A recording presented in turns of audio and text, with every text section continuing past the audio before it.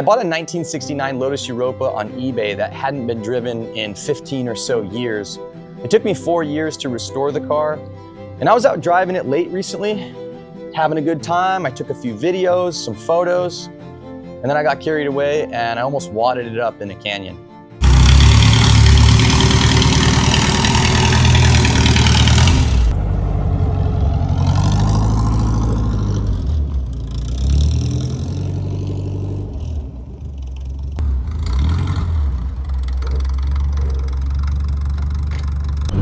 There's no sign. I'm gonna go right or left.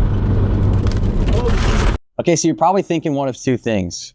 One, it would hurt to crash one of those, and you would be right. And two, why did you even buy that car in the first place? I'll tell you why I bought it.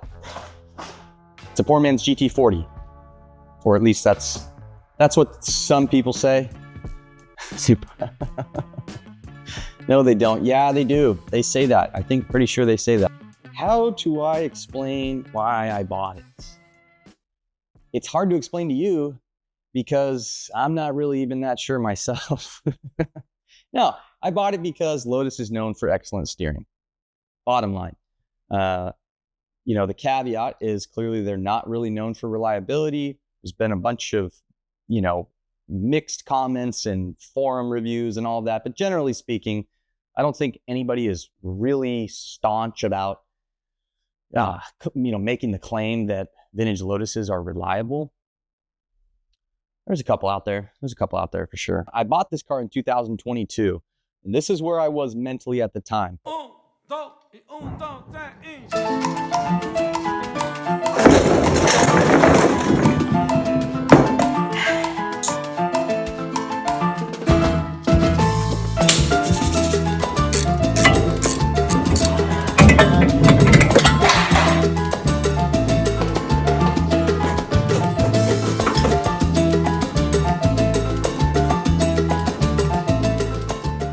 I restored Porsche 912, and I was in process of restoring my 73 Targa.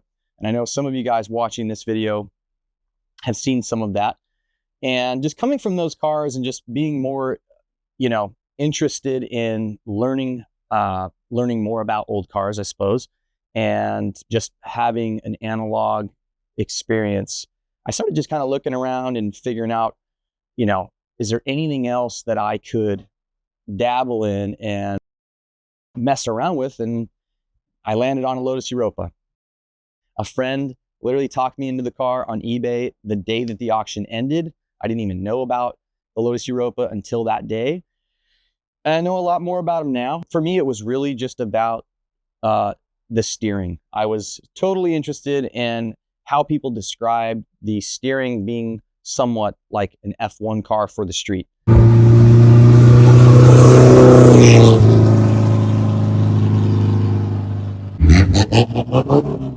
Even though I didn't know anything about the Lotus Europa until the day I bought the car, I had certainly watched a bunch of old, you know, racing footage from the 50s, 60s, 70s, particularly the late 60s and early 70s has always, you know, just been my favorite. And this was a budget way of kind of getting into experiencing what that may be like. You know, I even sort of considered maybe this is a track car for me at some point or whatever. I don't know. I was thinking all kinds of things, but I was obviously interested in just understanding, you know, what that classic Lotus steering feel was like.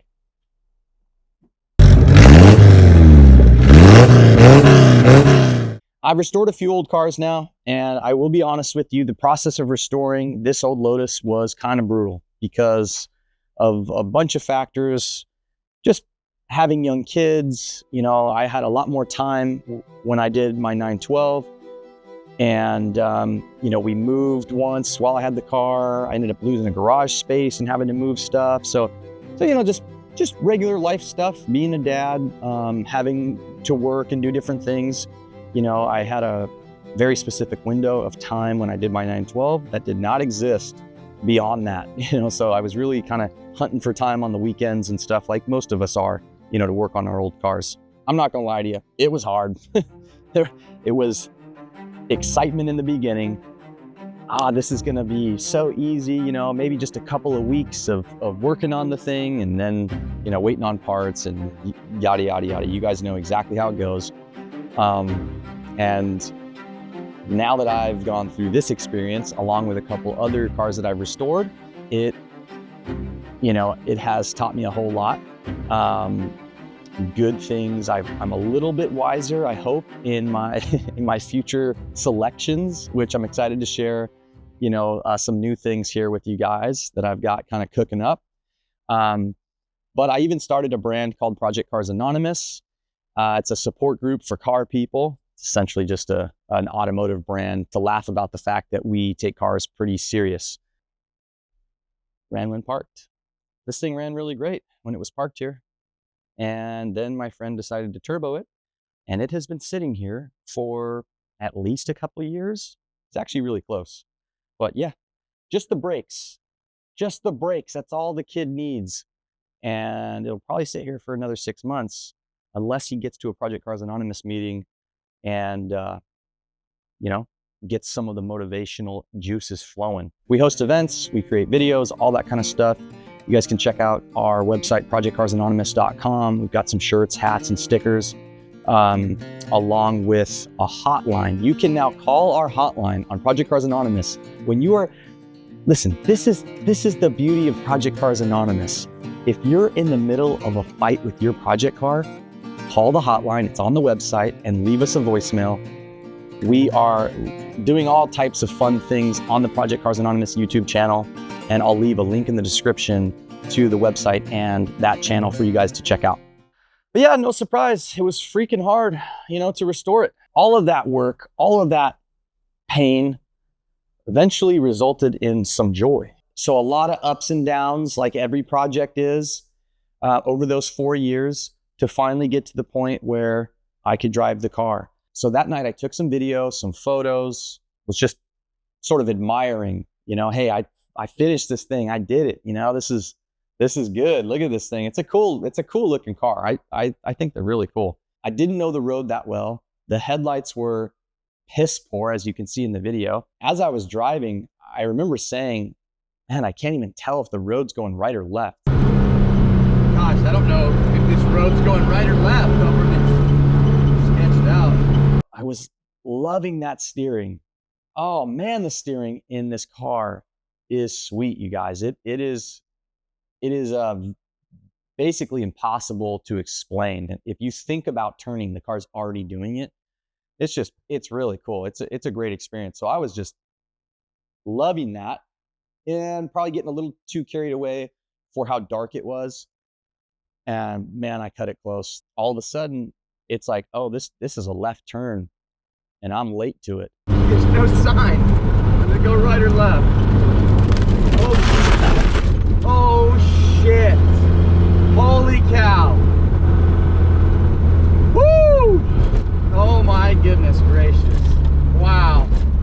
When it happened, I thought that I kind of like turned sharply and the car oversteered, and I don't really think it did. I think what happened was I was too late to make the left, started to turn, the car didn't, I think it may have started to oversteer just a little bit, but it definitely oversteered when I got into the dirt, and was fortunately able to, just counter steer, I guess, just for a quick second and straighten it out. But yeah, not a car that I'm particularly interested in figuring out the limit in a canyon like that at night. So that was a good lesson learned. Should not have done that. I was a little silly. Fortunately for me and the Europa, we both came out unscathed and can live to see another day.